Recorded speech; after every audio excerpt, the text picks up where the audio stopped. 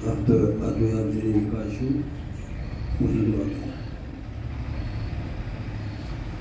जो अविद्यारातील सूर्या गिवे ज्ञान सांधण्या जो शुद्धिमुख विज्ञानीय स्वबोधाचा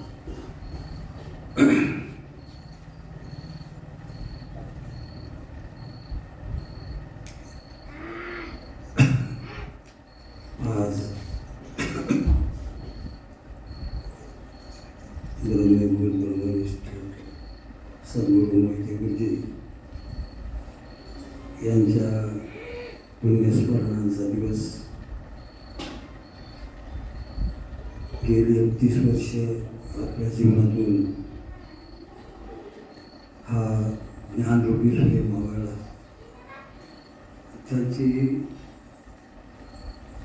झळ आपल्या सगळ्या साधकांना पोचलेलीच आहे. 30 वर्षे झाले गुरुजीने आपला देह या जगातून पंचमहाभूतामध्ये विलीन केला आणि देहदृष्टीनं आपल्याला त्यांचं दर्शन हे अशक्य कोटीकडे झालं. पण स्मृतिरूपानं आजही आपण त्यांचं दर्शन नित्यनेमामध्ये घेऊ शकतो, घेत असतातच. आणि या निमित्तानं गुरुजींचंच काही चिंतन करावं, गुरुजींचं काही चिंतन आपल्यासमोर मांडावं या दृष्टीनं आपण ही ओवी चिंतनाकरता घेतलेली आहे. 16व्या अध्यायातील पहिल्याच क्रमांकाची ही ओवी आहे. गुरूंचं महात्म्य सांगणारी ओवी आहे. सद्गुरूंचं जीवन हे फक्त मोक्षकरताच असतं. स्वतःचं त्यांना असं स्वतंत्र जीवन नसतंच. ते जगतात ते मोक्षासाठी, ते जगतात साधकासाठी. त्यांनी सगळं जीवन आपलं स्वतः या बोधाकरता वापरून घेतलं आणि बोध देण्याकरता सुद्धा त्यांनी अविरत प्रयत्न केले. अनेक मोक्षजनांना जीवांना त्यांनी कृतार्थीचा लाभ प्राप्त करून दिला आणि आत्मानंदाच्या भूमिकेवर अनेक त्यांचे साधक आपल्या आत्मानुभूतीत सदैव रममान होण्याचा प्रयत्न करतायत. अशाच्या सद्गुरूंचं महात्म्य शब्दांनी कसं वर्णन करता येईल महाराज? कारण आताच बापूंनी सांगितलं त्याप्रमाणे शब्दातीत आहे. जीवाला मुमुक्षुला गरज आहे आत्मज्ञानाची आणि जोपर्यंत आत्मज्ञान आपल्याला प्राप्त होत नाही तोपर्यंत जीव कृतार्थ होत नाही. आत्मज्ञान हे 2 प्रकारचं आहे. एक वृत्तिरूप ज्ञान आहे आणि एक अनुभवरूप ज्ञान आहे. वृत्तिरूप ज्ञानाचा उपदेश हा सद्गुरू आपल्याला करतायत, पण तो शब्दाच्या द्वारा होतो. वृत्ती ज्ञानाचा उपदेश हा शब्दाच्या द्वारा होतो.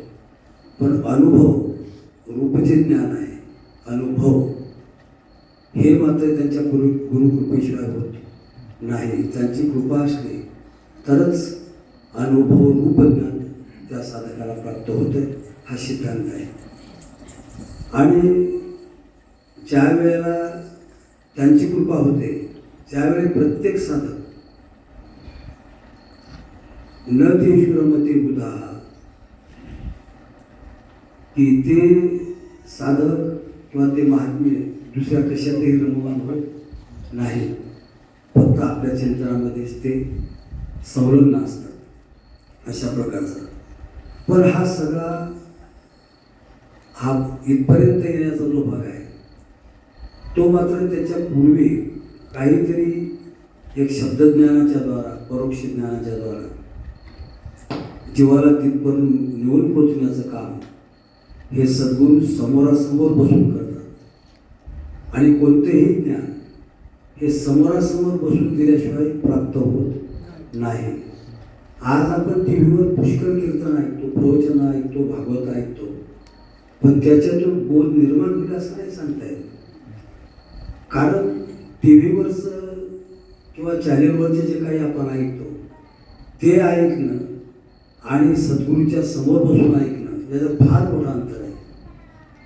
पृथ्वी आकाशा इतकं मोठं अंतर आहे. गुरुमुखी जोडी, गुरुमुखी जोडी, गुरुमुखी जोडे तरी भिडेच आकडे.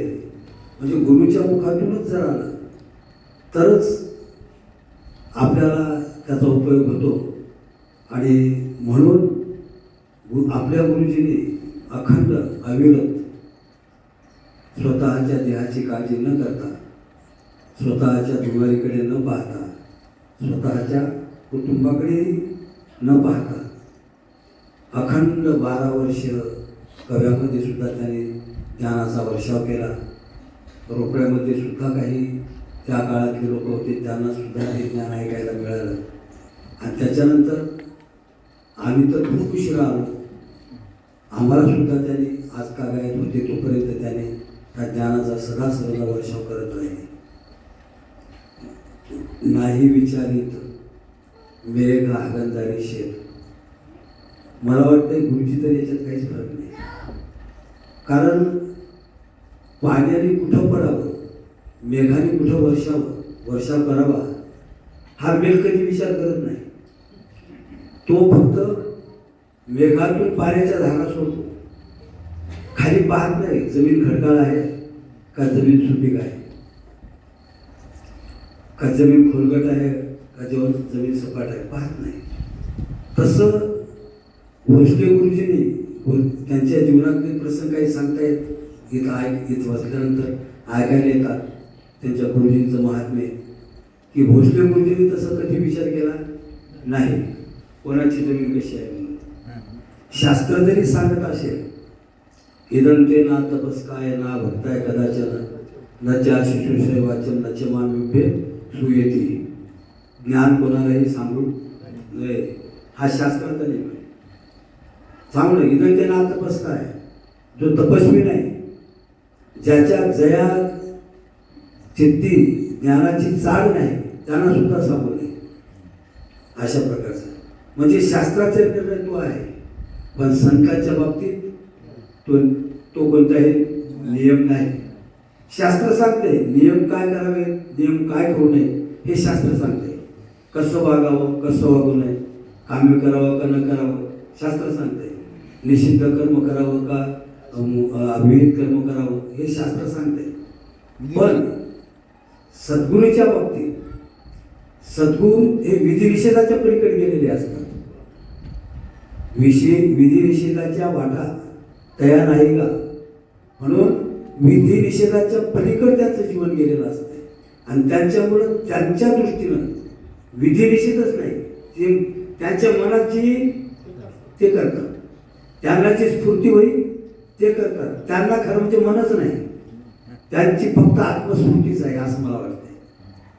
कारण मन असतं तर त्यांनी ठरवलं असतं कदाचित की याला ज्ञान द्यावं आणि याला देऊ नये, पण ते मनाचा विचारच करत नाही. त्यांची ती आत्मस्फूर्तीच जागृत होते आणि स्फूर्तीतूनच जे काही बोलतात, जे काही चिंतन करतात ते आत्मस्फूर्तीतच करतात. मग तो शिष्याला उपदेश करणं असो का स्वतःला समजवण्याचा उद्देश असो, कुटुंबाला समजवण्याचा उद्देश असो, जे बोलतील ते त्याच्या स्फूर्तीतून बोलतात. कारण ते स्फूर्तीशी इतके एकरूप झालेले असतात की स्फूर्ती आणि ते हे दोनच नाही, ते एकच आहे. आताच बापूंनी सांगितलं, जे जे बोले ते नव्हे, जे होय ते न बोलवे, अशा स्थितीत ते असतात. जे आहे ते बोलत नाहीत. आणि म्हणूनच सद्गुरूचं वर्णन आपल्याला करावं लागतं आणि आपण केलंच पाहिजे. वास्तविक तयाचे मिसाळ शब्द सुखे म्हणू येतील सध्या सच्चिदानंदान व्हावे. तयाचे मिसाळ शब्द ते बोलतील ते शास्त्र. त्यांच्या बाबतीत काय, ते बोलतील ते शास्त्र. एखाद्याला सांगितलं शिष्याला की जा तू घराकडं, तर ते त्यांचं शास्त्र आहे. एखाद्याला जा तू ऋषिकेशला, तर ते त्यांचं शास्त्र आहे. कारण त्यांना माहीत आहे की हा जर घरी नाही गेला तर तिकडे जाऊन पाप कर. लक्षात घ्या. मग त्यांना कळतं ते, आपल्याला कळत नाही. म्हणून ज्या शिष्याला जे योग्य आहे, ज्या साधकाला जे योग्य आहे ते त्या साधकाला ते तशी स्फूर्तीतूनच ते सांगत असते अशा प्रकारचं. आणि म्हणून सद्गुरूंची स्फूर्ती ही सद्गुरूची स्फूर्ती आत्मस्फूर्ती असल्यामुळं आणि आत्मा आणि परमात्मा वेगळा नसल्यामुळं परमात्म्याच्या स्फूर्तीत आणि त्याच्या स्फूर्तीत कोणताही भेद नाही, कारण दोन्ही एकच आहे. लक्षात घ्या.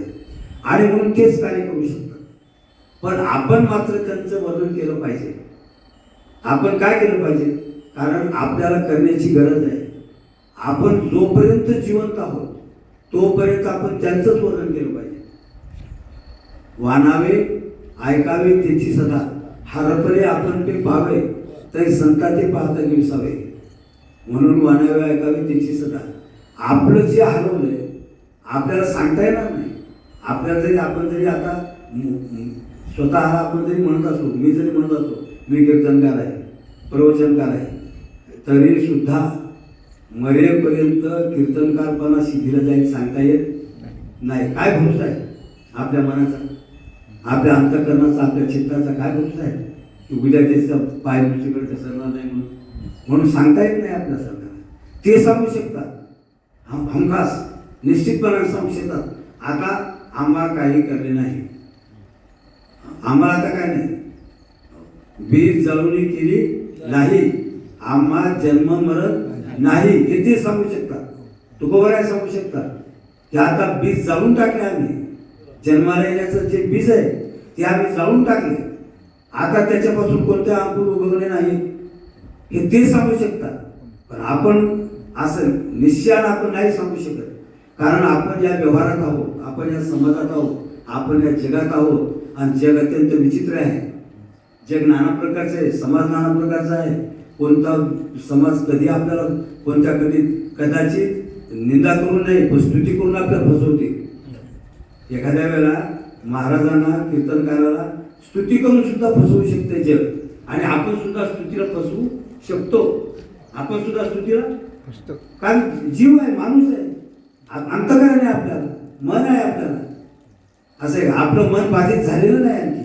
आणि म्हणून आपल्याला त्या सगळ्या गोष्टी करतात. मग याच्यातून बाहेर पडण्याचा एकच उपाय आहे, सद्गुरूची स्तुती करणे, कृतज्ञता व्यक्त करणे. आणि ते करण्याकरताच आपण इथं सगळे जमलेले आहोत आज. म्हणून आपल्याकडून कृतज्ञता व्यक्त करण्याकरता आपण या ठिकाणी चिंतन करत आहोत. आणि चिंतनाकरता होय आपण घेतले 16व्या अध्यायातील मावळीत विश्वाभासू नवलोदयला चंडांशू अद्वयात विकासू बंधू आका, जो अविद्या रात्री सूर्या गेली ज्ञान चालण्या, जो सुदिमुखरी ज्ञान्या स्वबोधाचा लिंग देह कपाळाचा पोटी वेचलुतया भ्रमणाचा बंदी मोक्षोदयाचा उदयाला होय. अतिशय सुंदर ज्ञानेश्वर महाराजांनी या 16व्या अध्यायामध्ये सूर्याचं रूप केलेलं आहे. लक्षात घ्या. ज्ञानेश्वर महाराजांच्या ज्ञानेश्वरी असा एकही अध्याय नाही की ज्या अध्यायामध्ये सद्गुरूबद्दल एकही ओवी आली नाही. असा एकही अध्याय नाही. पहिला अध्याय शास्त्रप्रवृत्ती प्रस्ताव जरी असला तरी त्याच्यामध्ये सुद्धा जाणतेने गुरु भजेचे, जयाशी काम धेनु माय तयाशी अप्राप्य काही आहे, म्हणून प्रवृत्तीला हे ग्रंथी ये तरे विनोते पुढच्या अतिथी जाते करून घ्यायतून ते विनोदू असे ज्ञानेश्वर माहितीचा सद्गुरूच्या वस्तू सामर्थ्य शक्तीच्या सद्गुरूच्या वस्तू सामर्थ्य शक्तीचा अनेक गोष्टी तिथं घातलेले आहेत. दुसऱ्या अध्यायात कार्पण्य दोष स्वभाव तिथं तू गुरु बंधू पिता तू आमची इष्ट देवता तुझी सत्य रक्षता आपण द्यामध्ये असा एकही अध्याय नाही. काही काय अध्याय तर प्रस्तावनाच सद्गुरूंची केलेली आहे. 12वा अध्याय म्हणा, 15वा अध्याय म्हणा, 16वा अध्याय म्हणा, 10वा अध्याय म्हणा, सगळ्या अध्यायामध्ये इतकं सद्गुरूवर ज्ञानेश्वर महाराजांचं प्रेम होतं. तितकं सद्गुरूवर आपलं प्रेम निर्माण व्हावं याच्यासाठी यावं आहे. म्हणजे ज्ञानेश्वर महाराज किंवा संतांचं आपापल्या सद्गुरूवर प्रेम नव्हतं असं नाही. नाथ महाराजांचं आपल्या सद्गुरूवर किती प्रेम होतं हे नाथ महाराजालाच माहीत. आपण नाही बोलून करू शकत त्यांच्या प्रेमाचं. ज्ञानेश्वर महाराजांचं किती प्रेम होतं मूर्तीनाथावर हे आपण नाही जाणू शकत. ते ज्ञानेश्वर महाराजच जाणू शकतात. आपल्या कोटीच्या बाहेरच आहे ते. कारण ज्ञानेश्वर महाराजांचं सद्गुरू किती प्रेम आहे हे जर पाहायचं असेल ते 13व्या अध्यायातल्या आचार्योपास्ती या पदावरच्या वया वाचा, म्हणजे लक्षात येईल आपल्याला सगळ्या गोष्टी. हे उपकारांचा सगळीक होईल मी कौतुक ज्ञानेश्वर महाराजांचा. ही या सद्गुरूंची सगळी उपकरणं मी होईल. आता शिल्लक काय ठेवलंय? सगळी उपकरणं त्यांची थुंका टाकण्याची पीकदाणी सुद्धा मी होईल म्हणतात. ते ज्या आंघोळीकरता पाणी घेतील ते पाणी सुद्धा मी होईल म्हणतात. ते ज्या पृथ्वीवर पाय ठेवतील त्या पृथ्वीच्या रजकिरणमध्ये माझ्या शरीराची माती मिळवून ती शेती, ही शरीराची माती मिळवून ती शेती. म्हणजे ज्ञानेश्वर महाराजांच्या 13व्या अध्यायातलं अतिशय असं मार्मिक विवचन सद्गुरू सेवेचं त्यांनी वर्णन केलेलं आहे. आणि त्याच्यावर कधी माऊलीची काय काय सेवा असेल, किती प्रेम असेल माऊलीचं सद्गुरूवर आपल्या. आपण नाही करू शकत तितकं. आपण वर्षातून एकदा कधीतरी येतो, लक्षात घ्या. ज्ञानेश्वर महाराजांचे सद्गुरू कर्मयोगानं, धर्मयोगानं, दैवयोगानं त्यांच्या घरातच त्यांना सद्गुरू मिळाले. त्यांचे मोठे बंधूच त्यांना सद्गुरू म्हणून मिळाले, हे त्यांचं भाग्य आहे, लक्षात घ्या. आणि त्या भाग्याचा परिपाक त्यांच्याही पदरात पडला आणि त्यांनी आपल्याला सांगण्याचा प्रयत्न केला. जर सद्गुरूची कृपा संपादन व्हाय वाटत असेल तर आपण सद्गुरूची अशी सेवा केली पाहिजे. ही ज्ञानेश्वर वाचायची म्हणजे कशा करता? ज्ञानेश्वर महाराजांची सेवा केलेलीच आहे, पण आपल्याकरता आपण कशा करता? आपण फक्त ऐकून निदान काहीतरी आपण तर उत्तीर्ण होऊ शकतो. उत्तीर्णता येणे नव्हे जन्मे, या जन्मात सुद्धा आपण उत्तीर्ण होऊ शकत नाही, पण काहीतरी आपण त्याचं चिंतन करावं, कधीतरी त्याचं चिंतन करावं. निदान कमीत कमी आपण 12 महिन्यातून एक दिवस तरी गुरुपौर्णिमेच्या निमित्तानं आणि गुरुच्या पुण्यतिथीच्या पुण्यस्मरणाच्या निमित्तानं तरी चिंतन करावं. आपण गुरुपौर्णिमेच्या निमित्तानं सगळे साधकजण एकत्र येतो, आपण सद्गुरूचं चिंतन करतो. आणि आज गुरुच्या आजच्या दिवशी सुद्धा आपण गुरुचं आपण चिंतन करतो. आपण केलंच पाहिजे आणि त्यांची स्मृती विशेषतः आपल्या हृदयामध्ये साठवून ठेवली पाहिजे. साठविला हरी जेही हृदय मंदिरी, त्याची सगळीजार झाला सुखाला व्यापार. सद्गुरू आणि देव दोन नाही. साठविला जी हृदय मंदिरी, बस तो देवच आहे. साधकासाठी गुरुच देव आहे. आपण नेहमी चिंतन करतो, साधकासाठी गुरुच देव आहे, भक्तासाठी देव आहे, लक्षात ठेवा. पण आपल्यासाठी गुरुच देव आहे. गुरु आणि देव भिन्न नाही.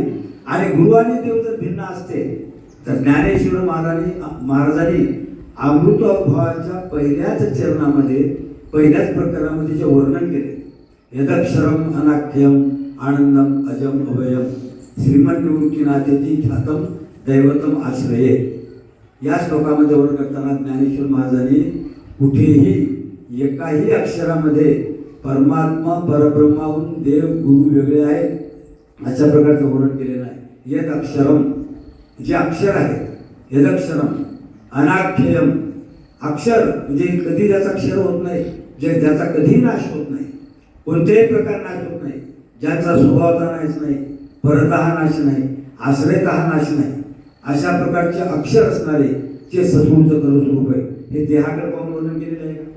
नाही, तत्वाकडे पाहून वर्णन केले, गुरुतत्वाकडे. म्हणजे गुरुतत्व जे आहे ते गुरुतत्व आणि ब्रह्मतत्व भेद नाही, आताच बापूंनी सांगितलं. म्हणून त्या गुरुतत्वाला उल्लेखूनच ज्ञानेश्वर महाराजांनी आपल्या निवृत्तीनाथांचं वर्णन केलेलं आहे. अनाख्यम न आख्यम, लक्षात घ्या. त्यांच्याविषयी काही बोलता येत नाही, काय बोलता येत नाही. काय बोलणार त्यांच्याविषयी?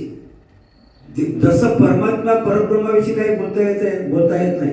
आताच त्यांनी प्रमाण केलं ना, अव्यक्त निराकार नाही जे आकार, जे तुम्ही चराचर हरिशी म्हणजे तो अव्यक्त आहे, निराकार आहे, असा जो परमात्मा, त्याच्याबद्दल काय बोलता येत नाही. सद्गुरूबद्दल बोलता येत नाही, तरी सुद्धा आपण बोललं पाहिजे, त्याची स्तुती केली पाहिजे. कारण आपण जर संतांची कीर्ती वर्णन केली, आपण जर सद्गुरूची कीर्ती वर्णन केली किंवा सद्गुरूचं नाम जर मुखामध्ये घेतलं तर आपल्या पापाचं क्षालन होते. लक्षात घ्या. तुका म्हणे पापे जाती संताची या जपे. आपलं पाप जर निवृत्त करायचं असेल तर आपण संतांचा जप केला पाहिजे. लक्षात घ्या. जीवाचा जप करून काय बघा, महापोर्ग म्हणून काय करते? पोरग काय आपल्या पापाचं क्षालन करणार आहे? माझी बायको म्हणून काय होणार आहे? हा, माझी बायको. काही माणसं मेल्यानंतर सुद्धा बायको मेल्यानंतर सुद्धा 12 वर्षात म्हणतात माझी बायको लई चांगली होती. अरे आता तिचं स्मरण काय उपयोग आहे? नरकात जाशी. मेल्यावर जर तिचं स्मरण केलं तर काय होईल? नरकातच जावं लागेल. म्हणून उलट मेल्यानंतर बरे झाले तेव्हा म्हणणारे फक्त तुकाराम महाराज. बरे झाले तेव्हा म्हणणारे फक्त तुकाराम महाराज. जेव्हा बाईन मेली बरे झाले, बाईन मेलीनं माझं फार बरं झाले, त्याने माया सोडविली, बरं झाले तेव्हा, असे फक्त इथं तुकाराम महाराज आहे.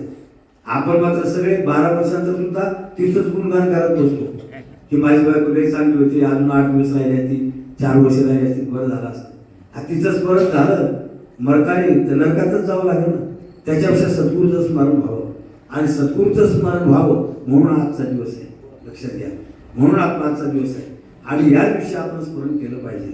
आणि विशेषतः सद्गुरूचं स्मरण तर आपल्यासाठी आपण केलं पाहिजे. त्यांच्यासाठी काय नाही. आताच बापून सांगितलं त्यांच्यासाठी काय, त्यांच्यासाठी काय नाही. तुम्ही त्यांना पूजा करा, त्यांना फुलं वाहा, त्यांची स्तुती करा, त्यांना पेठा ठेवा का नका ठेवू, त्यांना त्यांचं काय घेणं देणं नाही. गुरुसाठी काय, त्यांच्यासाठी काय नाही त्यांना नाही. पण आपल्यासाठी आपण साधक होत, आपल्यासाठी आपण मात्र त्यांची पूजा केलीच पाहिजे. नित्यनेमात पूजा केली पाहिजे. आपण रोज त्यांना धुतलं पाहिजे, त्यांना आंघोळ घातली पाहिजे, त्यांना गंध लावला पाहिजे, त्यांना हार घातला पाहिजे, नसेल हार तर फुलं पाहिजे पाहिजे, प्रसाद दिला पाहिजे. आपली जी षोडशोपचारी पूजा आहे ही सगळी पूजा आपण सद्गुरूची केलीच पाहिजे. आपण सद्गुरूंची मानसपूजा सुद्धा केली पाहिजे. 15व्या ज्ञानेश्वर महाराजांनी आता होते आपले चौपण्या भले वरे बसवी पावले श्री गुरूंची ही जी मानसपूजा सांगितलेली आहे ती मानसपूजाही आपण केलीच पाहिजे. कारण आपले गुरु आता देहानं नाही, पण आपण मानसपूजा तर करू शकतो, मानसपूजा करू शकतो. लक्षात घ्या. म्हणून 15व्या जी मानसपूजा सांगितलेली आहे ती मानसपूजाही केली पाहिजे आणि ती सुद्धा आपल्यासाठीच आहे. का? आपल्या मनाला विरंगुळा प्राप्त व्हावा म्हणून आपण ती केली पाहिजे. लक्षात ठेवा. पण एवढ्यापुरते सद्गुरू मर्यादित आहेत का? नाही. सद्गुरूंचं महात्म्य फार मोठं आहे. इथे सद्गुरूचं महात्म्य मुमुक्षूच्या जीवनात तर सद्गुरूचं महात्म्य फारच मोठं आहे. जीवाला त्याची किंमत नाही, अज्ञानी जीवाला त्याची किंमत नाही. अज्ञानी जीवाला काय नाही. आता आपण सांगितलं ना की काय इथं येणारा प्रत्येक जीव हा कोणत्या आशेने येईल काही सांगता येत नाही. कोण कशाला येईल? कारण प्रत्येक जण काहीतरी सकाम घेऊन येत असतो आणि नाही इच्छा प्राप्त झाली, पूर्ण झाली की हा गुरु बदलला की दुसरा गुरु, दुसरा बदलला की तिसरा गुरु. काय त्याच्यात मतलब आहे महाराज? हा. आणि सकामता सद्गुरूकडे आल्यानंतर तर सकामता ठेवूच नाही.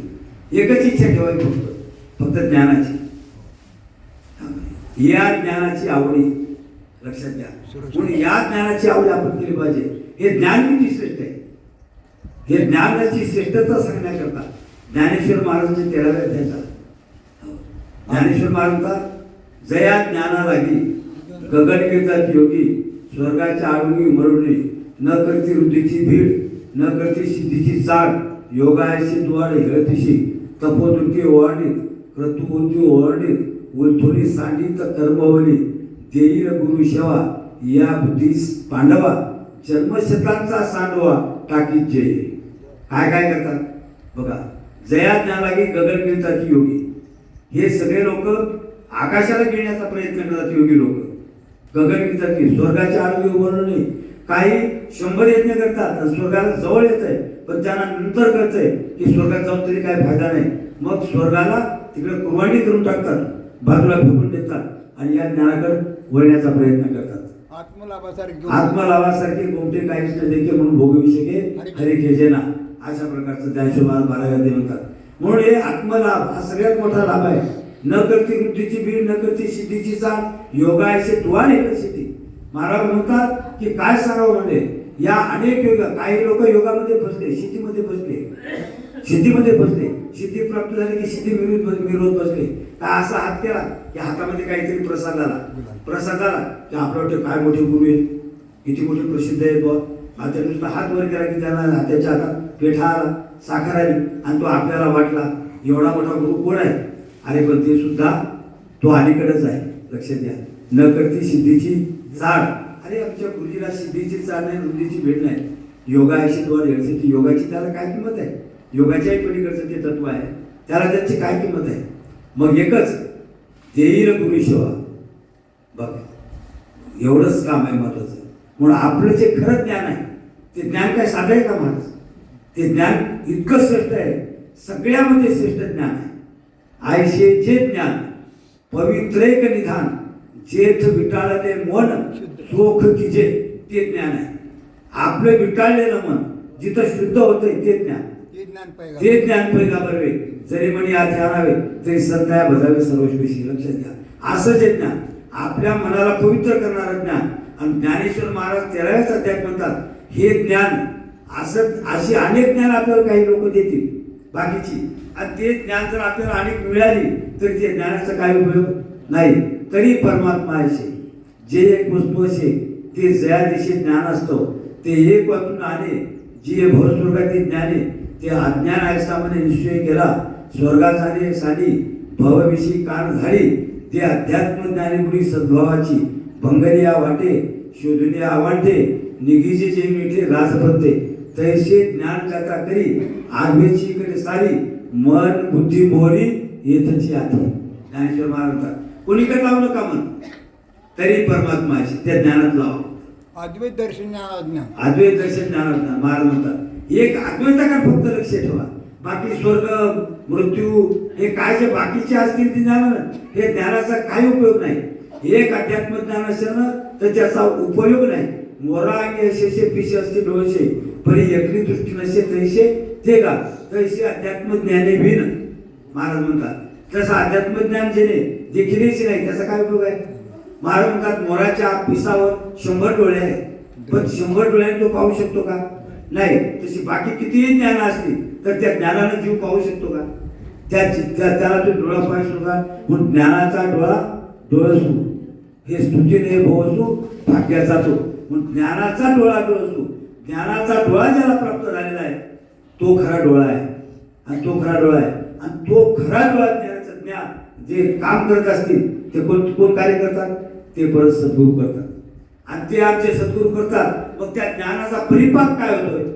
ज्ञानेश्वर महाराज मावळ येतो विश्वास. त्या ज्ञानाचा परिपाक काय, मावळ येतो विश्वास.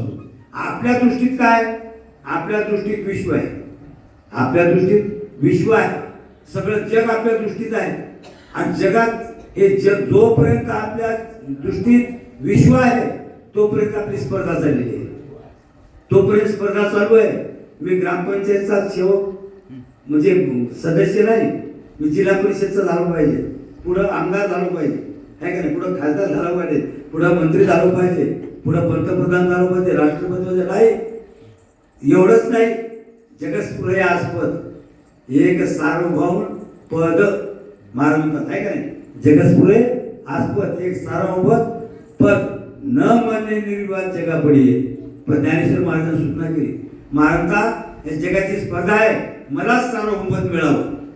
आता कोणीकडे चालली वाटचाल देशाची, मलाच सार्वभौमपद मिळावं, सगळ्या जगाचं मीच हे करावं, नियोजन करावं, मीच सगळ्या जगाचा अधिपती असावं. तिकडेच चाललं आहे सगळ्या देशाची प्रत्येकाची आपली वाटचाल.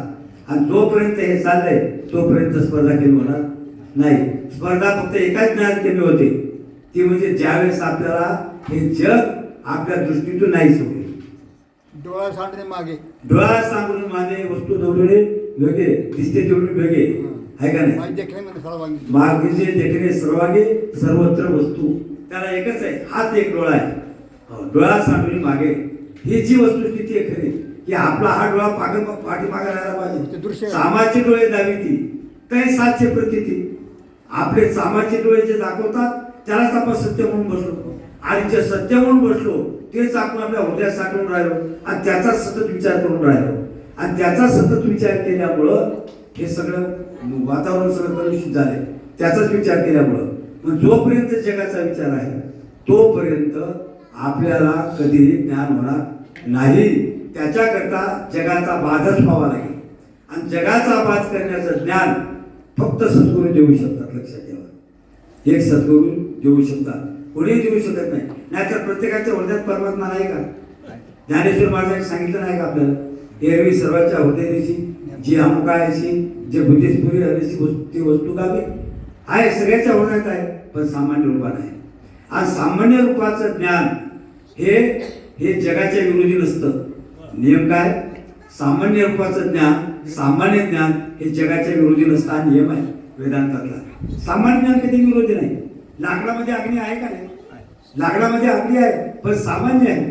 तो लाकडाला जाळू शकतो का? जाळू शकत नाही, कारण सामान्य आहे तो. पण त्यालाच जेव्हा घासून प्रज्वलित केला जाईल तेव्हा सगळं जंगल तो काय होतो? जाळून भस्म करू शकतो. म्हणजे प्रथमतः विशेष रूपाने ज्ञान झालं पाहिजे. जयाच्या विवेकरण संगी, जयाच्या विवेकरण संगी, जयाचे विवेकरण सदे उन्वेद तुरे भातू पुनगे टिपले जाय ते दांगे संसाराची. जयाचा रस्ते म्हणजे उपर होता सुरू फुगे सुरू हे महासिद्धीचा गुरु मृग जळते. प्रत्येक पदाच्या माध्याना आल्या लपे आत्मभ्रांती छाया आपण पेतळी ते वेळी विष्णू सपना सहिते कोण अन्यथामध्ये मिळते सांभाळे लुरेची तेथे माया राहते. म्हणून याद्वय पद पाटले त्या महान भूताची घेरी दिली मंदावं लागते. किंबहुना आयशेषे मुक्त कवरे सुदेवशे सदा राहायचे का प्रकाशे जयाचे. तो निधान विरता राहो उदयराजी उदय ठेव फेरी पूर्वादी दिशे ठाव उदो अवस्थेचा न दिसते दिसण्याशी मावी दुई झायके ते संग पालवी तो बोली उघाची आली. तो आवरताचा बैल पडू पुढे देखावा ज्ञान मार्तंडू जो प्रकाशन सुरवाळू प्रकाशाचा तयाच सूर्याने उडती आधार नमो म्हणू पुढे पळती जे बाधा काय स्त्री बोलायची जयाची वाक्य उजवली, जयाची वाक्य उडीचे झाले चित्त जडे ब्रह्माची पाणी शंको आहे. ज्ञानेश्वर माझे काय वर्णन केले महाराज कशा करता? याचं कारण आहे आपल्या स्फूर्तीमध्ये आपल्या विचारामध्ये जे विश्व आहे. सद्गुरू काय करतात? या विश्वाचा भाग करतात. मावळवीत विश्वाभासू. लक्षात घ्या, विश्वाभास विश्वाचा आभास आहे. विश्वाचा काय आभास आहे? विश्वास खरा आहे का? विश्वाचा आभास आहे. आभास खरा असतो का? नाही मा. आपण सूर्याची किरण आपल्या याच्यावर घेतो आरशावर आणि आरशावरचा प्रकाश तिकडे बाहेर परावर्तित होऊन तिकडे प्रकाश पडतो. वास्तविक पाहता त्याच्यावर तिकडे जो उजाड पाडलेला आहे तो खरा आहे का? खरं नाही. का सूर्याची किरण आकाशाच्या याच्यावर आपल्या याच्यावर आली आरशावर आणि त्याचा प्रकाश पाडला. नुसता असा केला की ती किरण सगळी मावळली. म्हणजे ती दिसणारी भिंतीवर पाडलेला जे कडवसा आहे तो भिंतीवर पाडलेला कडवसा हा मिथ्या आहे, बाधित आहे. तो काही टिकणारा नाही, तो कायमचा नाही, तो नित्य नाही, अनित्य आहे तो, आहे का नाही? म्हणून सगळी शास्त्र आणि सगळी संत आणि सद्गुरू तेच सांगतायत, अरे बाबा हे जगत कसं आहे? जगत नाशवान आहे, जगत अनित्य आहे, जगत विकारी आहे, जगत मिथ्या आहे. त्याचे अनेक 5-6 प्रकार सांगितले. लक्षात घ्या, हे असंच आहे जगत. आणि त्याचं पटण्याकरता ज्ञानेश्वर महाराजांनी 15व्या अध्यायात अशी पूर्ण वर्णन केलेलं आहे की याचं मूळ वर आहे आणि खांद्याखाली आहे. ऊर्ध्वमूल मदशाख मश्वत्थम प्राहुरव्यम छंदांशी यश पर्णानी यस्तम वेदस वेदवी अधर्ष्योर्ध्वम प्रसृतास्तस्य शाखा गुणप्रवृद्धा विषय प्रवाला अधश्च मूला निरुसंतताने कर्मानुबंधिनी मनुष्य रोगे. लक्षात घ्या, म्हणून हे सगळं याच्या मूळवर आहे आणि खांद्याखाली आहे. आपलं तरी काय आहे? आपलं तेच आहे महाराज. आपलं मूळ कुठे आहे? आपलं कुठून चालतंय? आपलं पाय महत्वाचे आहेत काय? आता शरीराच्या दृष्टीने सगळंच महत्व आहे, शरीर सगळ्यात आहे, पण खरं काय ऑर्डर सोडणार कोण आहे? हे इथं आत्मा बसलेला आहे त्याचा. म्हणजे वास्तविक पाहता की हा आत्मा तसाच आहे, जसाच्या तसाच आहे, पण त्याचं ज्ञान होणं महत्वाचं आहे, जगाचं ज्ञान होणं महत्वाचं आहे. म्हणून जगाचं मिथ्यात्वाचं ज्ञान आपल्याला होणं अत्यंत गरजेचं आहे आणि ते सद्गुरू देत आहे. सद्गुरू देतात, कारण सद्गुरू सांगतात आहे बाबा की तू जे पाहतो ते खरं नाही, तू जे पाहतो ते खरं नाही, ते सगळं खोटं आहे, मिथ्या आहे. ते जे दृष्टी दिशे ते नाशे, जे दिशे ते नाशे. वास्तविक पाहता जे दिसतंय ते नाश होणार आहे. मग कोणतंही असो, कितीही मोठा असो तो, ते सगळं नष्ट होणार आहे. लक्षात घ्या. आणि नष्ट होणार असल्यामुळं गुरुजी त्याचं खरं स्वरूप समजावून सांगताय की ते जर टिकत नसेल, ते जर त्रिकालाबाधित नसेल तर त्याच्यात काय म्हणून अडकता? कशासाठी अडकावं, आहे का नाही? म्हणून महाराज म्हणतात की नाही, मग हे जग कसं आहे तर रज्जू सर्पाकार भास जगदंबर. लक्षात घ्या, मनोरे आवडते पाय घेतो आलाय बलाय. तुकाराम महाराज म्हणतात रज्जू सर्पाकार भास जगदंबर. मावळ विध विश्वास भास येले. हे जगत कसं आहे भासलंय का सुक्ती ते सुक्ती. हे रुपयाची भ्रांती जाऊन या असं जर कळलं तर महाराज म्हणतात की रजत आणि शुक्ती या शुक्तीवरचं रजत हे भासलेलं आहे असं जर कळालं तर आपण तिकडे धावू का नाही. आपल्याला ज्यावेळेस वाळवंटामध्ये शुक्ती पडलेली असते आणि ती सूर्याच्या प्रकाशात चकचकीत दिसते आपल्याला वाटते सांधीच पडलेली आहे. धावत जाऊन आपण अज्ञानामुळे आपण धावत जातो आणि धावत गेल्यानंतर ते पाहतो आणि हातात घेतल्यावर कळतं की अरे इथे शुक्ती आहे शिंपला आहे. मग आपण ती फेकून देतो का कारण आपल्याला खरं कळालं. ज्या वेळेला खरं कळतंय त्यावेळेला आपण ते खोटं फेकून देतो. तसं ज्या दिवशी आपल्याला खरं कळलंय त्या दिवशी आपण त्यांना मानणार नाही त्यांना दूर लोटून देऊ त्याच्यामध्ये आसक्त होणार नाही. आणि हे ज्ञान सद्गुरू करून देतात आहे का नाही. आणि ते करून द्यायला की त्याने सांगितलंय की बाबा या जगाचं मूळ कारणच मूळ अज्ञानाची तो ठीक आहे. मात्र याचे कार्य तुके म्हणून संसार रूप सतुके वावची का म्हणून अंतू या नाही. म्हणून या संसार वृक्षाला अंत नाही. हा प्रवाह रूपाने आणायची आहे आणि प्रवाह रूपाने आणायची असल्यामुळं याला काय किंमत आहे काही किंमत नाही. लक्षात ठेवा प्रवाह रूपाने आपल्या आपण ज्या घरात राहतो तो आपली जी जागा आहे त्या जागेत आपले आजोबा राहत होते त्या जागेत आपले वडील राहत होते त्या जागेत आपण आता आलो आपण गेलो की आपले पुढे त्या जागेत राहणार आहे. लक्षात घ्या म्हणजे ती जागा एका जागेवर आहे पण प्रवाह रूपाने आपण त्याचं आलो गेलो आपण कायमचे टिकलो का नाही. आपण असेच जाणार आहोत. प्रवाह रूपाने आणणार आहे आणि प्रवाह रूपाने आणणार असल्यामुळे ते कुठं आहे लक्षात घ्या ते असत्य आहे मिथ्या आहे ते. आणि म्हणून हे अनित्य असल्यामुळं 15व्या तेच वर्णन केलेलं आहे. या रूपना रेखा याला या संसार वृक्षाला रूपही नाही आणि रेखा नाही. हो या फळना चुंबिता फुलना तुरुंबिता महाराज याला फुल नाही आणि याला फळ नाही. संसार वृक्षाला काय फळ आहे काय मूळ आहे मला सांगा. याचं मूळ काय काय मूळ नाही याला. हे नेमकं कुठून झालं काय काही सांगता येत नाही. वेळेचं अनादी त्याच्यामुळे अनादी सांगितलंय. निर्माण कुठून झालंय आहे का नाही आहे का सांगता येत नाही ना. म्हणून महाराज म्हणतात की हे असंच आहे हे चाललंय पूर्वारूपानादी. ती रहाट गाडग्यामध्ये घाट माळ बांधलेली असते. कोणतं अगोदर मडकं बांधलं आपल्याला काय माहिती आहे. ईश्वरानं कोणतं मडकं अगोदर बांधलं काय माहित नाही. रहाट गाडगा आपण फिरवतो आणि त्याच्यातलं पाणी इकडे तिकडे चालतंय पण नेमकं कोणतं आहे ते कोणतं अगोदर बांधलं आपल्याला कळत नाही. तसंच आहे हे संसार वृक्ष. या अनादी वृक्ष आहे म्हणून मानला अनादी पण अनादी हे पण शांत आहे.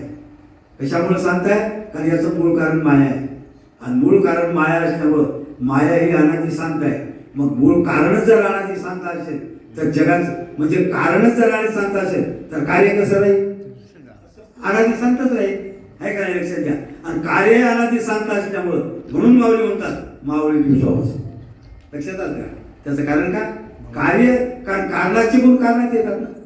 कारण गुण प्रक्रम ज्ञान कारणाचेच गुण कार्यात येत असतात आणि कारणाचे गुण कार्यात येत असल्यामुळं महाराज म्हणतात जसं कारण तसं कार्य. मग कारणच जर मिथ्या आहे जे सतरा असत होय जे विचाराचे नामस आहे आयशी अपरिचय आहे अनादी म्हणती जे नाना तत्वाची माणूस जे जगदोळाचे आकाश जे आकाशाचे दूष घडी केले जे भवचंद्र भूमिका विपरीत ज्ञान जपका ज्ञानेश्वर माझ्या पदावर किती वर्णन केले त्याने. ही भवद्रुम भिजिका म्हणजे भवरूप पुरुषाचं मुळे कसं आहे घन अज्ञान सुश्रुती हा बीजांकुर भाव म्हणते स्वप्न जागृती फळ भावती याचा. मग याचं जर कारणच जर तुमचं मिथ्या आहे तर कार्य कसं नाही कारण म्हणून प्रक्रम द्या. जसं कारणात गुण आहेत तसेच कार्यात गुण असतात आहे का नाही. गुरुजी एक दृष्टांत सांगायचे म्हणजे त्या एका राणीला कायम अशी मुलीच व्हायची मुली आणि ते राजानं शेवटची ज्यावेळेस गर्भ राहिला त्यावेळेस राजाने सांगितलं बघ म्हणले किंवा महाभारतात सुद्धा ते शिखंडीच्यावरून ते आलेले आहे की शिखंडीच्यावरून की ज्या राजाने सांगितलं आता जर तुला मुलगी झाली तर तुझा शिरच्छेदच म्हणले. महाभारतात धोरण आलेले ते सुद्धा तर मुलगी झाली की तुझा शिरच्छेद हा शिरच्छेद म्हणल्यानंतर मग तिला वाटलं की आता काय बाबा पण झाली योगावर तिला मुलगीच. पण दासीला सांगितलं की मुलगा झाला म्हणून सांग आणि मुलगा म्हणून झाला म्हणजे सगळे पूर्ण होती मुलगीच पण मुलगा त्याचे पूर्ण संस्कार कसे केले मुलाचे म्हणून संस्कार केले पूर्ण जात कर्म हे जे पुढचे जे संस्कार असतात ना सगळे मुलाचे केले. कुठपर्यंत केले? अगदी विवाह सोहळ्यापर्यंत. त्या महाभारतात तोरण नाही, विवाह सोहळ्याचं सुद्धा लग्न सुद्धा केलं त्यांनी. हो, तिकडची मुलगी केली. पण ज्यावेळेस लग्न होऊन ती मुलगी इकडं आली आणि त्यावेळेला कळालं तिला, त्यावेळेस कळालं लग्न झाल्यानंतर एकांतामध्ये की आपले मालक ही मुलगीच आहेत माझ्यासाठी. आणि मग आता काय करावं? मग त्या राजाने ठरवलं, सासऱ्यानं त्याच्या शिखंडी सासऱ्यानं, की आता आपण युद्ध करायचं याच्याबरोबर आणि याला पकडून आणायचं. महाभारतात तोरण आहे. मग त्याला वाटलं की आता आपल्या राजावर जर एवढं संकट येत असेल तर आपण काय करावं, म्हणून त्याला आत्महत्या करण्याचा प्रयत्न केला. आणि आत्महत्या करण्याकरता जंगलात गेला. पण जंगलात गेल्यानंतर मग तिथं एका साधूची भेट झाली आणि भेट झाल्यानंतर तपश्चर्या करायला सुरुवात केली. असं खूप मोठं राम वर्णन आहे ते, त्याचा खूप मोठा विस्तार आहे त्याचा. आणि पूर्वयोगानं दैवयोगानं त्याला पूर्व शापित होता तो, आणि शापित असल्यामुळे सांगितलं होतं. मग त्यांनी तपश्चर्या केली, एक साधू प्रसन्न झाले आणि त्याने सांगितलं काय हरकत नाही, मी तुला शापमुक्त करतो. आणि शापमुक्त होतो काय केलं त्यांच्या होतं की तू 6 महिने स्त्री राहशील आणि 6 महिने पुरुष होशील. अशा शब्द महाभारतात असं वर्ण आले. म्हणजे तात्पर्य का की त्याच्यातून ते एक झालं. पण तात्पर्य का, लग्न झालं, मुलगी झाली, आत्महत्या करायला गेला. तसं गुरुजी म्हणायचे, असं म्हणायचे की त्याला मुलगी होईल म्हणून तुला शिरच्छेद करेल म्हणून मुलगा म्हणून तिचे संस्कार केला. पण मुलगा म्हणून संस्कार तर किती दिवस राहणार ते झाकून राहतच नसते ना. तसं महाराज म्हणतात तशी परिस्थिती आहे. म्हणून महाराज म्हणतात की वास्तविक पाहता आपण जगाचं रूप किती झाकण्याचा प्रयत्न केला तर जे सत्य आहे ते कधीतरी बाहेर पडत असतं. म्हणून जगत जे मिथ्या आहे ते जगाचं मिथ्यात्व हे बाहेर पडलेलंच आहे, ते मिथ्याच आहे. मुळातच त्याचं कारण तसं आहे, कारण त्याचं कारणच मूळ माया ही मिथ्या आहे. आणि मूळ माया ही मिथ्या असल्यामुळं त्याचं कार्यकारण हे पुत्र सुद्धा तो त्याचा तसाच आहे. आणि म्हणून ज्ञानेश्वर महाराज म्हणतात की त्याचं कारण जर कळलं, कार्याचं जर कारण कळलं तर माणूस त्याच्या पलीकडे जातो. पण याहीपेक्षा आपण नेहमीच चिंतन करतो की कारणापेक्षा सुद्धा अधिष्ठान कळलं पाहिजे. कार्यापेक्षा माणसाला कार्याची दृष्टी असावी. कशाकरता? नैतिकतेसाठी. बघा, आपण जगात आहोत, आपल्याला कार्याची दृष्टी जवळ असावी. आपण आता जगदरूपी कार्यात आहोत, पण कार्याची दृष्टी असावी, पण नैतिकता टिकवण्यासाठी. कारणाची दृष्टी असावी, अधिष्ठान कळावं म्हणून, आणि अधिष्ठानाची दृष्टी असावी, अनुभव यावा म्हणून. लक्षात आलं का? कारण अधिष्ठानाची दृष्टी आली की तो अनुभवात गेला. लक्षात घ्या, तो अनुभवच आहे. अधिष्ठान दृष्टी म्हणजे अनुभव. आणि म्हणून ही दृष्टी आपल्याकडे यावी म्हणून सद्गुरू काय करतात? पहिल्यानं कार्याची दृष्टी देतात. साधकाला अगोदर कोणती दृष्टी द्यायची? कार्याची दृष्टी. म्हणजे कार्यात वागत असताना, जगात वागताना कसं वागतात. तर गुरुजीचं एक वाक्य आहे, तुम्हाला सगळ्यांना माहीत आहे. गुरुजी काय म्हणायचे? इथलं प्रवचन झालं, कार्यक्रम संपला की आपापल्या घरीच जा. गुरुजीचं वाक्य आहे का नाही? गुरुजी म्हणायचे आपापल्या घरीच जा, नाही तर कोणाच्या घरी जर घुसले तर खेळणं घ्यावं लागते. म्हणजे नैतिकता शिकवली. लक्षात ठेवा, कार्यामध्ये नैतिकता, हा, आणि कारणामध्ये सूक्ष्मदृष्टी यावी लागते. कारणाची दृष्टी याला सूक्ष्म विचार करावा लागतो. कार्य काय स्थूल माने, कार्य म्हणजे स्थूल आहे, पण कार्यापेक्षा कारण काय? सूक्ष्म आहे. म्हणून सूक्ष्म कारणाची दृष्टी येण्याकरता आपल्याला अभ्यास करावा लागतो. सद्गुरू तो अभ्यास देतात आपल्याला, आणि सद्गुरू तो दिला. लक्षात घ्या, म्हणून आपण या सूक्ष्मदृष्टी जर दिली तर आपण कारणामध्ये येतो. आणि कारणाची दृष्टी दिली गुरुजीने की अरे याचं मूळ कारण माया आहे, ही कारणाची दृष्टी आहे. आणि पुन्हा गुरुजी तिथंच ठेवत नाही, कारण तैसे अज्ञान गेले. काय होईल? ज्ञाने अज्ञान दिले, ज्ञाने अज्ञान दिले. आपण वस्तू देऊन गेले, आहे का नाही? महाराज म्हणतात तसे अज्ञान ज्ञाने दिले, आपण वस्तू देऊन गेले. याला काय म्हणायचं? त्या गुरुजीने दृष्टी दिली. अज्ञान गेले, ज्ञान दिलं. ज्ञान गेली, काय केलं? अज्ञान गेलं, म्हणजे कारण गेलं. लक्षात ठेवा, म्हणजे कारण दिलं. मग कारण गेलं, कारण गेल्यानंतर राहिलं काय? आता राहिलं फक्त अधिष्ठान. मग आता अधिष्ठान तर मानवा. कारण गेलं की शिल्लक जे राहिलं असते ते अधिष्ठान असते, त्याला काही बोलता येत नाही. अधिष्ठान जर काही बोलता येत नाही.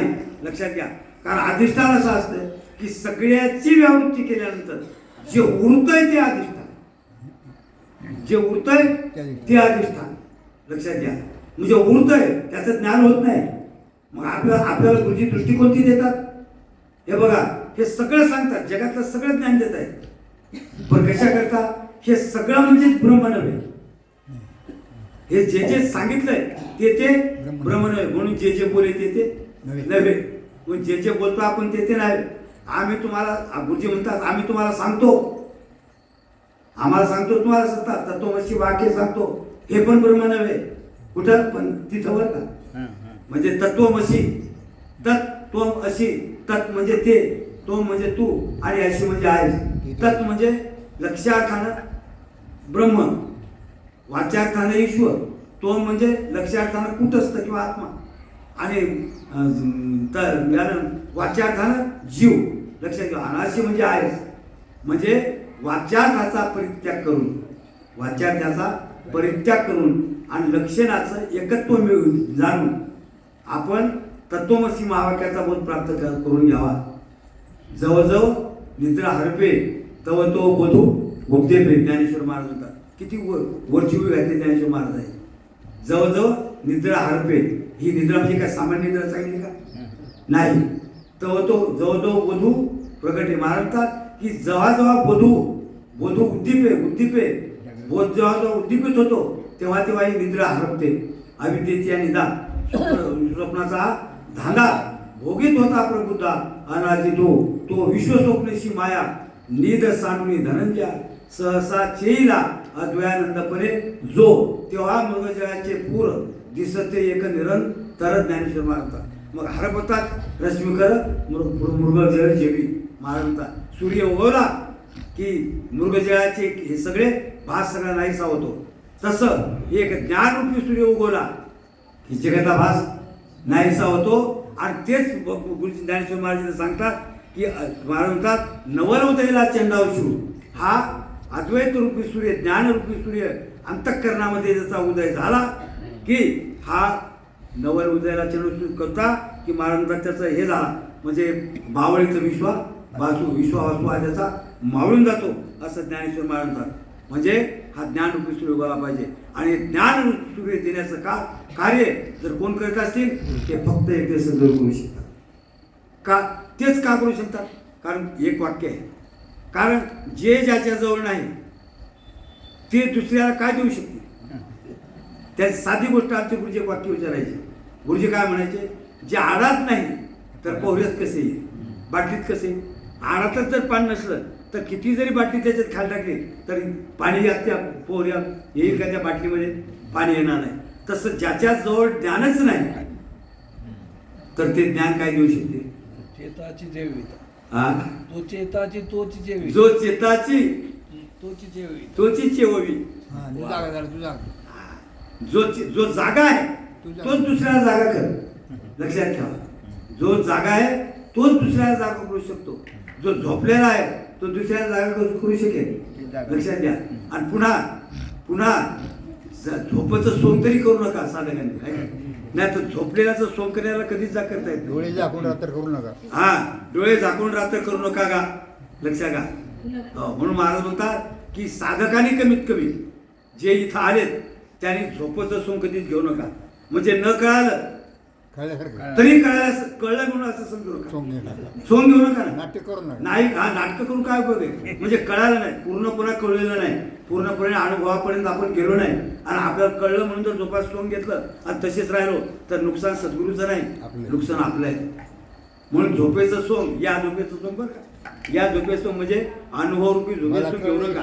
आहे का नाही? हा, अज्ञानाचं या झोपेचं सोंग घेऊ नका. म्हणजे मला झालंय असं समजू नका. आणि झाल्यामुळे असं समजलं, ज्याला झाले त्याला समजायला काय हरकत नाही बरं का. पण आपल्या ज्याला झालं नाही हा, म्हणजे तात्पर्य काय आहे की आपल्या ठिकाणी अंतःकरणामध्ये संपूर्णतः हा ज्ञानाचा उदय झाला पाहिजे. आणि म्हणून ज्ञानेश्वर महाराज म्हणतात की हा सूर्य जर उदयला, ज्ञानरूपी सूर्य उगवला तर महाराज म्हणतात माऊलीची ओवी आहे मागं डाव्या त्या, अज्ञानाची राची माझी तमाची मिळणी दाटती तो नाशू करी हा. महाराज म्हटले की मागं डाव्याच्या ओळी होती की ही अज्ञानाची राती माझी तमाची मिळणी दाटती. महाराज नाशू घालून परवती नित्योदय म्हणून महाराज म्हणतात की हा सूर्य, लक्षात घ्या, सूर्याचं रूप केलं इथं, पण हा सूर्य म्हणजे हा आकाशातला सूर्य, हा जो गोल आहे सूर्य गोल, हा आकाशातला सूर्य गोल काय करील? अंधाराचा नाश करील. हा जगात संध्याकाळी रात्र झाली त्याचा उदय करील, लक्षात घ्या. पण हा सूर्य कसा आहे? हा नित्य उदय करणार आहे. नित्योदय म्हणजे हा सूर्य नित्य उदय करणार आहे. याला सुद्धा रात्र आणि दिवस आहे. या सूर्याला सुद्धा रात्र आणि दिवस आहे, लक्षात घ्या. आपल्या कल्पनेकरता नित्योदय पण नित्य उदय आहे. पण हा सूर्य म्हणजे ज्ञानरूपी सूर्य हा मात्र नित्य उदय होतो, नित्य. त्याच्या दृष्टीनं मग कधीच रात्र नाही, म्हणजे अर्थात त्याच्या दृष्टीनं कधीच अज्ञान नाही, लक्षात घ्या. त्याच्यातून कधीच अज्ञान नाही. म्हणून महाराज म्हणतात सत्य गेले भोळ्यावरी, अज्ञानाची झाली थोरी, महाराज म्हणतात. म्हणून महाराज म्हणतात सत्य गेले भोळ्यावरी, हे असं नका समजू. म्हणून महाराज म्हणतात की आपण सावध राहिलं पाहिजे साधकाने. आणि साधक जर साधक राहिला म्हणजे सावध राहिला कशाच्या बाबतीत?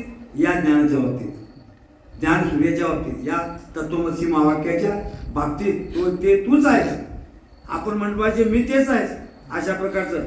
आणि मग असा हा सूर्य जर आपल्या अंतःकरणात उदय पावला तर महाराज म्हणतात मावळीत विश्वासू, आपल्या हृदयातला पूर्ण अंधकार म्हणजे अनारूपी अंधकार नाहीसा होतो, नाहीसा होतो. मावळीत विश्वासू. आणि ज्ञानेश्वर म्हणतात नवल उदयला चंद्रावशी. आश्चर्य आहे या सूर्याचं, आश्चर्यजनक सूर्य आहे अशा प्रकारचा. म्हणून हा बोधरूपी सूर्य. म्हणून महाराजांनी जवळजवळ जागृती उद्दीपे तवतव निद्रा हरपे. जवळजवळ जागृती उद्दीपे महाराज म्हणतात तसं जशी जशी जागृती आपली उद्दीपित होईल तसशी निद्रा आपली हरपून जाईल. तशाच प्रकारचं ज्ञानेश्वर महाराजांनी वर्णन केलेलं आहे की आपल्या ठिकाणी जिथं ज्ञानेश्वर महाराज दुसऱ्या अध्यायात सुद्धा म्हटलेलं आहे की जीव जिथं झोपलेत तिथं संत जागे आहे, आणि जिथं संत जागे आहे तिथं जीव मात्र यशान जागृती भूताने सा निशा पश्यतो मुने हे आहे का नाही. म्हणजे ते सद्गुरू तिथं जागे आहे, आपल्या स्वरूपाच्या ठिकाणी ते जागे आहे, आणि आपण मात्र तिथं झोपलेले आहे.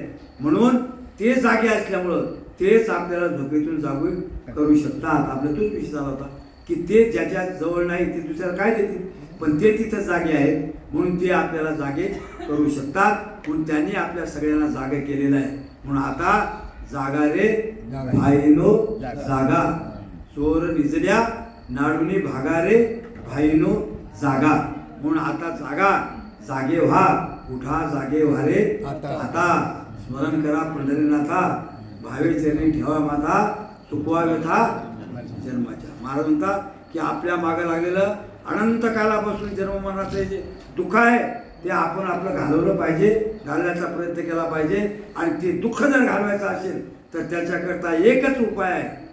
आता उपाय वन वसंतू, जो आत्मेचा आहे तंतू, अमूर्तची परिमूर्तू कारुण्याचा. त्याला एकच उपाय आहे, हा उपाय वन वसंतू. या आपण बाकीचे किती उपाय केले तरी जोपर्यंत व त्या उपायामध्ये गुरुरूपी वसंत ऋतूचं आगमन होत नाही तोपर्यंत आपलीच फळी आपली हातून न घेपती केवी. ज्ञानेश्वर महाराजांनी म्हटलंय फळं आपलीच आहे, आत्मा आपलाच आहे, पण आपलाच आत्मा आपल्याला नाही साधल्यासारखा आहे, आपल्याला भ्रम झालेला आहे. आणि म्हणून भ्रांतीचे नी खडुळे रेवले असतेचे नी गाळे. महाराज ज्ञानेश्वर महाराजांनी म्हटलेले ही भ्रांतीच आपल्याला झालेली आहे. ती भ्रांती म्हणजे पहिली भ्रांती आहे जगत भ्रांती. आणि ही जगत भ्रांती असली, ही जगत भ्रांतीच नाही असं काम करणारे कोण आहे? सद्गुरू आहे. म्हणून ज्ञानेश्वर महाराज म्हणतात मावळीत विश्वास भास. लक्षात आलं? हा, जगत भ्रांती पहिली आहे, दुसरी आत्मभ्रांती आहे. म्हणजे आपल्याला आपल्या आत्म्याची भ्रांती आहे. प्रत्येकाला वाटते मी देह आहे का नाही, देह मी आहे. आपला सगळा व्यवहार कसा चालला? देहावर राहू आहे का नाही. म्हणून महाराज म्हणतात देह नव्हे विये सरे उरला उरे विठ्ठल, इथपर्यंत आपण गेलो पाहिजे. आपण देहावर राहून काय करणार आहोत? आपण देहावर आल्यावर आपला संसारच होणार आहे, परंतु आतून काहीतरी आपल्यात बदल झाला पाहिजे. म्हणून मोक्ष म्हणून साधक म्हणून आपल्या वृत्तीमध्ये बदल झाला पाहिजे. नाहीतर आपण जर सामान्य जीवासारखेच वागत असलो तर आपल्यात त्याच्यात फरक काय? विषयाच्या बाबतीत, खाण्याच्या बाबतीत, म्हणजे म्हणून महाराजांनी नित्य काय सांगितले त्याच्याकरता? हे कार्यामध्ये तुमचं नैतिकता येण्यासाठी काय सांगितलं? नैतिकता म्हणजे नियम येण्याकरता की आपण आपलंच व्यवस्थित केलं पाहिजे. आपण आपल्या नियमाला बांधून घेतलं पाहिजे. नियमाच्या साखळा वाहने सदा. लक्षात घ्या, आपण आपलं जीवन चाकोरीबद्ध एक व्यवस्थित आपलं जीवन जगलं पाहिजे की आपल्यावर आणि आपल्या गुरु संप्रदायावर कोणत्याही प्रकारचा कलंक लागता कामा नये, असंच आपण जीवन जगलं पाहिजे. लक्षात घ्या, आणि साधक म्हणून आपण हे जीवन जगलं पाहिजे. आपण मोक्ष म्हणून आपण जिंकलं पाहिजे. आपल्या सद्गुरूंचं केवढं महात्म्य आहे, आपला संप्रदाय किती उच्च आहे. हा? भेदभाव तोडून घेतला प्रेमाचा गरळा. भेदभाव तोडून घेतला प्रेमाचा गरळा.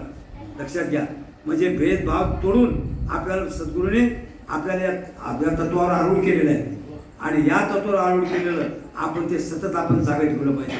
आपलं चित्त तिथं जागा ठेवलं पाहिजे. लक्षात ठेवा, म्हणून भेदभाव गेला पाहिजे. हे सगळं आपण विसरलो पाहिजे. आपण एकमेकाबद्दल एकमेकाला पाहिला की आनंद वाटला पाहिजे. मोठ्या बहुसंख्येनं आपण इथं आलो पाहिजे. सद्गुरूवर प्रेम केलं पाहिजे. सद्गुरूच्या मूर्तीवर प्रेम केलं पाहिजे. समाधीवर प्रेम केलं पाहिजे. त्यांनी सांगितलेल्या वचनावर सगळ्यात अधिक जास्त प्रेम केलं पाहिजे. एक क्षणसुद्धा आपण त्यांच्या स्मरणाला विसरता कामा नये. लक्षात ठेवा. आणि म्हणून सगळ्यात मोठी गोष्ट तर वचन न बोली देते. आपण त्यांची तत्वमसी दिलेले जे महावाक्य आहे, या महावाक्याचं सतत अनुसंधान केलं पाहिजे. गुरुजी नेहमी म्हणायचे, माझेने अनुसंधाने देख, संकल्प जाणे निश्चय कर, मध्याची चोख याची नाव, आयसा मी आचला होती तरी माझ्या स्वरूपा पावशी. लक्षात घ्या, आयसा म्हणून त्या बुद्धिनिशी आत्मज्ञान, बुद्धिनिशी आत्मज्ञान बरोबर भावी आपण ब्रह्मनिष्ठा राखे. पुन्हा तत्परायण अनिशी तत्परायण राहायला पाहिजे. याचा अर्थ काय की आपण रात्रंदिवस आपण त्यांच्या बोधावर आपण आरूढ राहायला पाहिजे. आपण त्यांचं चिंतन केलं पाहिजे. खरं सांगतो, प्रवचन कीर्तन हे म्हणजे बाह्य अंग आहे. प्रवचन कीर्तन म्हणजे काय लय नाही, मोठी गोष्ट नाही. हा प्रवचन अनुभव नसला तरी प्रवचन करता येते. कीर्तन अनुभव नसला तरी करता येईल. त्याला याला काय लागतंय, कीर्तन करायला प्रवचन करायला काय लागतंय. आता रेडीमेड मालिका नाही, रेडीमेड मालिका निघल्या. प्रवचन मालिका, कीर्तन मालिका. जर 11 एक मालिका जर बसवली, 11 मालिका म्हणजे 11 कीर्तन काय असं घटे, म्हणजे आपला एक सप्ताह पूर्ण करतो आपण, तर ते 11 कीर्तन आपण आपल्या 11 पिढ्यापर्यंत चालवू शकतो. म्हणजे काय, कोण म्हणणार आहे तुम्ही पुन्हा तेच सांगायला म्हणून माहीतच नाही कोणाला.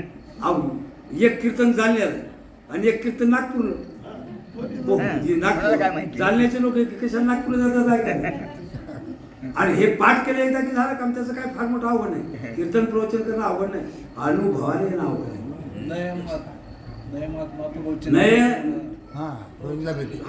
न आत्मा प्रवचनेन लभ्य, न बहुना श्रुतेन. हे आत्मा प्रवचनाने प्राप्त होत नाही. खूप काही शिकलं म्हणजे आत्मा प्राप्त होत नाही. तर आत्म्याचीच कृपा ज्यावेळेस आपल्याला होईल तरच आपल्याला आत्मा प्राप्त होऊ शकतो. म्हणून महाराज म्हणतात की आपल्यावर जर आत्म्याची कृपा व्हावी असेल तर गुरुकृपा पाहिजे. गुरुकृपा पाहिजे असेल तर गुरुचं ज्ञान आपण आत्मसात केलं पाहिजे. गुरुने जे सांगितलं तसं वागलं पाहिजे, आहे का नाही. आपला आचार, आपला विचार, आपलं कर्म, आपली संस्कृती आपण त्यांच्या अक्षी बांधून ठेवली पाहिजे. म्हणून आपण लक्षात ठेवलं, आपली सगळी नाती खरं पाहिलं ना तर आपण गुरुशी जोडली पाहिजे. याचा अर्थ व्यवहारात आपण त्या व्यवहार पाळू नये असं नाही. आपण घरी गेलो, कोणीतरी आपल्याला बाबा म्हणणार आहे, ते व्यवहारात पाळायचं. पण खरं नातं आपल्या अंतःकरणातून कोणतं जोडायचं. गुरु माता, गुरु पिता, गुरु आमची इष्ट देवता. गुरुग्रह जयदेशी, हा, गुरुग्रह जयदेशी, गुरुग्रह जयदेशी. तो देशीची वशे मारायची. वीरानायका देशी वल्लवाते ती एकूण तशी वारा देखून धावे सामोरा, आड पडे म्हणे घरा विजय की जो. काय माऊलीच्या गुरुशिवायतल्या. म्हणून आपली दृष्टी तिथं असली पाहिजे. रोज गुरुचे दर्शन आपण दरवर्षीच्या चिंतनात करतो. आपण चिंतन रोज गुरुचं दर्शन घेतलं पाहिजे. रोज आपण तिथं असलो मग काय झालं, समाजाचं दर्शन काय घेऊ शकत नाही का. मानस दर्शन येते, मानस पूजा येते, घेऊ शकतो. आणि हेच आपण करत आहात. अत्यंत आनंदाची गोष्ट आहे. आणि हेच आहे एकमेकाचा आनंद, एकमेकाचं प्रेम, एकमेकाचे बोलणं, हेच सगळं खरा आनंद याच्यातच आहे. व्यवहारात आनंद दुसरा कोणताही नाही. संवादाची फळं लागा म्हणते. संवादाची फळं. माझ्या या ग्रंथाला संवादाची फळं लागोच असं ज्ञानेश्वर महाराज सुद्धा प्रतिज्ञा केलेली आहे. म्हणून महाराज म्हणतात की आपल्याला हे महत्त्वाचं आहे. आणि म्हणून ज्ञानेश्वर महाराजांनी म्हणतात की मला गुरुजींनी हा विवेक दिला. काय, जगत आणि परमात्मा, जगत आणि परमात्मा. पहिली दृष्टी पहिली दृष्टी काय? जगत आणि परमात्मा. पहिली दृष्टी आहे परमात्मा सत्य आहे, जगत मिथ्या आहे. परमात्मा सत्य आहे आणि जगत मिथ्या आहे. ही पहिली दृष्टी आहे, लक्षात घ्या. देह हा मिथ्या आहे, आत्मा हा सत्य आहे. ही पहिली दृष्टी लक्षात घ्या. त्याच्यानंतर दुसरी दृष्टी आहे. त्याच्यानंतर दुसरी दृष्टी आहे की जगाचा बाध करून जरी असलं हे सांगितलं, पण हे कशामुळे सांगू शकतात ते? काय काय होया म्हणजे अशा काय माऊलीनं वर्णन महाराज काय सांगावं. माऊलीचं म्हणजे काय लिहिलं नाही असं माऊली नाही. माऊली म्हणतात तेच हा विवेक देऊ शकतात. नित्यानित्य विवेक, नित्यानित्य वस्तू विवेक यालाच म्हटलेलं आहे. अनात्मा आत्मा आणि आत्मा, जगत आणि परमात्मा, शुभ आणि अशुभ, धर्म आणि अधर्म, आस्तिक आणि नास्तिक, हाच विवेक आहे. हे का देऊ शकतात ते? कारण ज्ञानेश्वर महाराजांनी गोळी घातले ते विवेकाचे गाव. ते कसे आहेत? ते मूर्तिमंत काय? विवेकाचे गाव. ते विवेकाचे गाव, परब्रह्मीचे अवयव. काय माऊलीच्या ओव्यात राजा अहो माणूस म्हणजे असं मंत्रमुग्ध होते माऊलीच्या ओव्यात अशा आले. ते विवेकाचे गाव. वर्णन कोणाचं आहे? ते म्हणजे सद्गुरुनाथ. इथं काय परमात्म्याचं वर्णन नाही केलेलं, ही ओळी देवाला नाही लावलेली. ते जे ज्ञान सांगणारे, जे विवेक देणारे, ते विवेकाचे गाव. परब्रह्मचे स्वभाव ना तरी अलंकाराले अवयव ब्रह्मविद्येचे. ते सत्वाचे सात्विक, चैतन्याचे अंगिक. काय महाराजांनी गोळी केले? चैतन्याचे अंगिक. चैतन्य हेच त्यांचं अंग आहे. जगत देह झाले. जगतची देह झाली म्हणून प्रिया प्रिय केले, हर्षामर्षे ठेरे तुझे नवीन. पायी चंद्र काय हाती माऊलीच्या ओव्या देवा पांडुरंगा, काय ओव्या आहे बघा. ह्या अशा ओव्या माऊली. आणि तेच म्हणून लक्षात ठेवा, तेच विवेकाचे गाव असल्यामुळं तेच या जगात आणि परमात्म्याचा विवेक देऊ शकतात. आणि म्हणूनच हा विवेक दिला की आपल्याला जग अनित्य वाटतंय आणि परमात्मा नित्य वाटतो. याचाच अर्थ ही दृष्टी अगोदर दिली आणि नित्य अनित्याची. त्याच्यानंतर काय की परमात्मा अधिष्ठान आहे आणि जग या भासलेलं आहे. ही दुसरी दृष्टी दिली. परमात्मा अधिष्ठान आहे आणि जग हे भासलेलं आहे. तेच मावळीचं विश्वास भासू. अरे अधिष्ठानाचं ज्ञान झालं. अधिष्ठान ज्ञानात अध्यस्थ पदार्थाची निवृत्ती होत असते. अधिष्ठान ज्ञानात निवृत्त अध्यस्थ पदार्थाची निवृत्ती होते. हा नियम आहे वेदांताचा. अधिष्ठानाचं ज्ञान प्राप्त करून घ्या.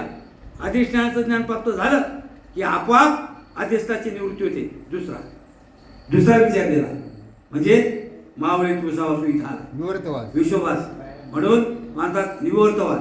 की अधिष्ठान दिलं. अरे अधिष्ठानच एक आहे, बाकी काहीच नाही. लक्षात घ्या. आणि तिसरी दृष्टी दिली. अगोदर काय दिलं? विश्वाचा भास आहे. पण याच अध्यात थोडं तिसरी दृष्टी दिली. अरे कुठं बाजूला निवड करत बसता? हे एक आणि ते एक आहे. जग पर्वते सारावे आणि माते घ्यावे, कैसा नव्हे आगावे सकटाचे मी. काय माऊलीच्या ओव्या समस्त श्री वासुदेव. हो का तरंगू लहान बरी सिंधूशी नाही भिन्न, कैसा ईश्वरे मी आन लोहेची मा. आयशे निवास समर्षे दृष्टी जीव लसे, ते भक्ती मी आयशे म्हणू. बीजाची झाले तरू तरी भांगार चढून करू, कैसा म्हणजे काचा विस्तारू ते हे जग. हे अव्यक्तपणे दिले त्याचे बघ विश्वाकारे ओठी झाले, तसे अमूर्त मूर्ती मी विस्तारले ते हे जग. मीच हे सगळं जग झालं. हे समस्त श्री वासुदेव. हे समस्त श्री हे वासुदेव. समजते श्री वासुदेव. ऐसाचा प्रतिद्रसाचा ओतला भाऊ तू भक्ता माझी रावणी ज्ञाना तुझी. काय दृष्टी दिली? शेवटची दृष्टी अधिष्ठानाची दृष्टी घालवली आणि ज्ञान सूर्य उगवला. हा काय सगळं ज्ञानच आहे. मावळीत विश्वावासू नवल उदयला चंदावसू अद्वयार्थिनी विकासू वंदू. आता महाराज म्हणतात की हा अद्वैत रूपी कमलाला उमलवणारा हा सूर्य आहे. अद्वैत रूपी कमलाला आपल्या हृदयातलं अनवत, आपल्या शरीरात सुद्धा एक कमल आहे का नाही? हृदय कमल. इथं नाव काय? हृदय कमल आहे का नाही? इथं सहस्त्रदल आहे. अनेक कमलाची नावं केली जातात हृदयामध्ये. षडचक्र आहे. षडचक्राचं वर्णन करताना कमलदानच केलेलं आहे. इथं आज्ञाचक्र 2च दळाचं आहे. इथं 2च दळे म्हणतात. हे हजारो दळाचं आहे. काही 16 दळाचे आहे. 16 दळाचं हृदय कमल. 16 पाकड्या आहेत त्याला. म्हणजे अशी वर्णन जी केलेली आहे. तर त्याच्यातच सूर्य आहे म्हणजे हृदय कमलामध्ये तो हा ज्ञानरूपी सूर्य उगवतो. ते ज्ञान दैव प्रतिष्ठे ते ज्ञान हृदय प्रतिष्ठे आणि शांतीचा आपण पुढे बहुत विस्तार प्रगटे बहुविस्तार प्रगट आहे. म्हणून महाराज म्हणतात की हा हा असा नवलरूपी सूर्य आहे की हा सूर्य जर आपल्या शरीरात या हृदयामध्ये जर उगवला तर महाराज म्हणतात मावळवीस विश्ववासू नवल विदला चंडासू अब्देवीच्या निवकासू वंदू आता. पातिया पाते मिळे पातिया पाते मिळे पुढे ते दृष्टी सैंग पळे उमलत मावळे नवलावा वा वा ती मला हा, नवला रुक्मिणीश्वराची ओवी करणं. काय ही बोल सूर्य कसं आहे हा. की सामान्य सूर्य जग दाखवते सगळे जे येतात. ती मावळ हा मावळ होतो अद्वैत अद्वैत अद्वैत म्हणूनच द्वैत म्हणून दशेला- हा सूर्य तेच द्वैत दशीचं अंगण हा सूर्य अद्वैत वेळी आपण अद्वैत ओळखी आपण. म्हणून हा सूर्य अत्यंत महत्वाचा आहे. हा ज्ञानरूपी सूर्य बोधरूपी सूर्य श्रीगुरुरूपी सूर्य आपल्या जीवनामध्ये उदय पावला त्यांचा की महाराज म्हणतात अद्वैयारूपी कमलाचा विकास होतो. अद्वैयारूपी कमलाचा विकास होतो. आणि मग अशा सूर्याला आपलं कर्तव्य काय वंदुवाचा आहे का. आता ज्ञानेश्वर महाराजांना म्हटलं ना आता आयशे श्री निवृत्तीनाथाचे गौरव आहे साचे आहे का नाही. म्हणजे असं गौरव त्यांचा आहे. पण आता आपण काय करणार आहे आपल्या दुसऱ्या जो काय आपण काही दिलं तरी जग जरी आपलं देह जरी गेला तरी आपण ऋणीत उत्तीर्ण होत नाही. मग आपलं एकच काम आहे बंधू आता आहे का नाही. म्हणून आपण नमस्कार करणं नमस्कार करता ह्याची भले म्हणजे आपण नमस्कार करणं हेच भले. म्हणून महाराज म्हणतात वंदुवाता. पण वंदुवाता सुद्धा आपण माऊलीन जसा वेगळा तसाच करावा.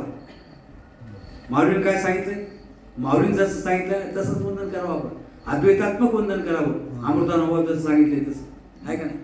रंभागर्भ आकाशे रिगाला जैसा जसं त्या रंभागर्भ म्हणजे केळीचं हे कमळ आहे त्या कमळातलं एक एक सोपटं जर काढलं बाहेरचं तर खाली काय म्हणून रंभागर्भ म्हणजे त्याच्यातलं आकाश आणि वरचे आकाश काय एकरूप झालं. तसं ज्ञानेश्वर मानतात शिवशक्ती समावेश आहे. नमन केले मी आयशे रंभागर्भ आकाशे रिगाल्या जैसा. तसं आपण सुद्धा आपल्या गुरुजीला अद्वैत भावानं नमन करूया. आपले भेदे वेळ आपले भेदे वेळ जाण्याचे एक पर्यंत त्याचे नाव शरण येणे का अशा प्रकारचं आपण सुद्धा त्यांना वंदन करू. आणि आपल्याजवळ फक्त तितकंच आहे फक्त वंदन करण्याचं. म्हणून ज्ञानेश्वर म्हणतात अद्वैत विकासू वंदू आता. म्हणून आपण त्यांना नमस्कार करू आणि आपलं चिंतन येथेच संपवतो. झालेलं चिंतन यामध्ये जे काही शास्त्र विरोधी असेल ते माझ्या बुद्धीचा दोष आहे. जे शास्त्र समाधी असेल ते सद्गुरूंचं आहे आणि ते सद्गुरूंचा म्हणून स्वीकार करा. आणि माझ्या बुद्धीचा दोष माझ्या मला जायला प्रयत्न करा आणि सुधारण्याची संधी द्या. कारण माणसाच्या बोलण्यातून प्रकृती विशेषात काही दोष होतच राहतात. मगच सांगितलं बापूंनी ही प्रकृती अशी आहे की फक्त चुकीचीच आहे. चुकाच करण्याच्या मागे नेहमी चुकाच करत राहते. पण चुका करणं हा गुन्हा नाही. सुधारणं हा चुका करणं हा गुन्हा नाही. चूक आपल्याकडून होणारच आहे का नाही. आपण लवकर याचं तर उशिरा येऊ कार्याचं तर आज येऊ. प्रवचन संपल्यावर कदाचित एखादा येऊ शकते आहे का नाही. पण चूक सुधारणं मात्र आपल्या हातात आहे. चूक सुधारणं आपल्या मग आपण चुका सुधारण्याची संधी आपल्याला प्राप्त हो मला प्राप्त हो अशी मी आपल्याची विनंती करतो. झालेली चिंतन सेवा हे गुरुजीच म्हणतात की सगळं व्यापक ब्रह्मचैतन्य आहे. तुमच्या आमच्या सगळ्याला आत्मच प्रगट आहे. त्या आत्मस्वरूपाला नमन करून या ठिकाणी शिवाला पूर्ण कुंडली कवता